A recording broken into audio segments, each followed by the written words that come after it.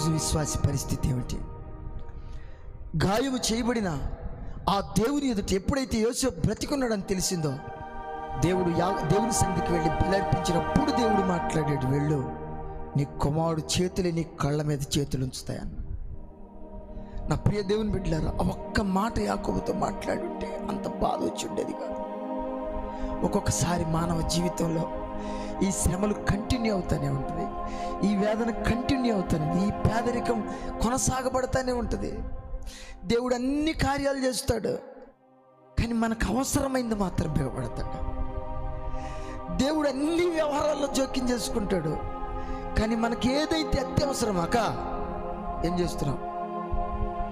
అత్యవసరం ఏదైతే ఉందో దాన్నే పోగొడతాడు. దాన్ని అప్పుడే ఇడు. అప్పుడే మనం నిరీక్షణ కాపాడుకోవాలి ప్రియులారా, అప్పుడే మనం కాపాడుకోవాలి. అప్పుడే మనం దేవుని దగ్గరని మన నిరీక్షణ విశ్వాసాన్ని భద్రపరుచుకోవాలి. మన భక్తిని కనపరుచుకోవాలి. మన భక్తిని కనపరుచుకునే ఆ సమయం అదే. మన ప్రేమను దేవుని మీద ఎంత ఉందో మనం ఎక్స్ప్రెస్ చేసేది కదా. నీ భార్య మీద ఉన్న ప్రేమ ఏ నగిచ్చో నట్టిచ్చో చీరచ్చో నీ వ్యక్తం చేసుకుంటూ ఉంటావు. ఆమె కొరకు, ఆమె సంతోషం కోసం.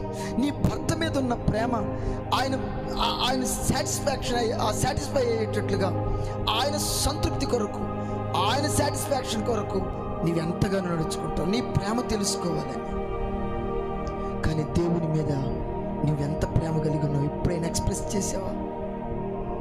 కనపరిచావా? ఇక నువ్వు ఎప్పుడు ఏం ప్రార్థన చేస్తావు? యెరూషలేము కుమార్తెలు నన్ను చుట్టుముట్టిరి, నీపైనున్న ప్రేమను తొలగించబోయిరి.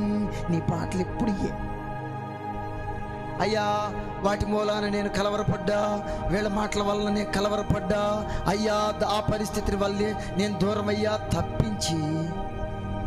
ఇవన్నీ రాని ఎన్నొచ్చినా ప్రభువా, నీపై ఉన్న ప్రేమ మాత్రం నేను నాకు పోదు, విడవను. ఇది ఈ మనసు రావాలి. దేవా, నీవేనా దేవుడవు. ఆమేన్. ఆ మాట అంత ఖచ్చితంగా పలికాడంటే ఆయనకి బాగా సంతోషం వచ్చి ఉండాలి, ఆయనకి అన్నీ బాగా జరిగి ఉండాలి.